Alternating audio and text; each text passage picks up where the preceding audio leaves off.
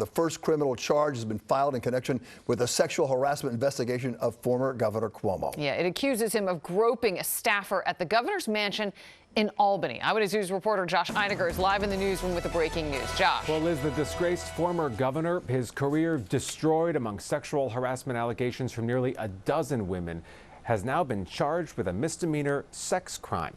According to this criminal complaint filed by the Albany County Sheriff's Office late this afternoon, Cuomo knowingly and intentionally committed the Class A misdemeanor of forcible touching at the Executive Mansion on December 7th, 2020, between 3:51 and 4:07 p.m. It's very specific timing, followed by fairly graphic allegations that he reached under the blouse of an assistant and groped her against her will. The timing of this accusation seems to match the account of Brittany Camiso, who was at the time an assistant to Cuomo. She gave this interview in August, a day before he resigned. What he did to me was a crime.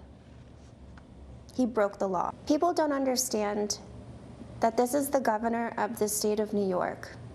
There are troopers that are outside of the mansion, and there are some mansion staff. Those troopers that are there, they are not there to protect me. They are there to protect him. This is a misdemeanor, not a felony, and Cuomo's lawyer had already suggested the accusations in this case did not match up with official logs of the former governor's comings and goings around the time in question. Late this afternoon, the former NYPD chief of detectives, ABC News contributor Bob Boyce, who has dealt with a case or two like this, explained what this charge means and how prosecutors would have to prove it. She's unsure of the date it happened. She's in and around there in November and December of 2020. So she's fairly close. I mean, no one writes this stuff down for the most part.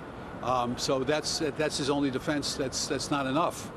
She's said this, and she seems to be credible. Her narratives that she's given is the same over and over and over again.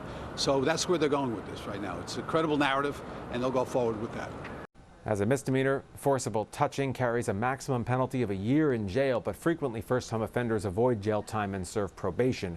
Cuomo, for his part, has been laying low since resigning 2 months ago. So far, no response from him or his lawyer.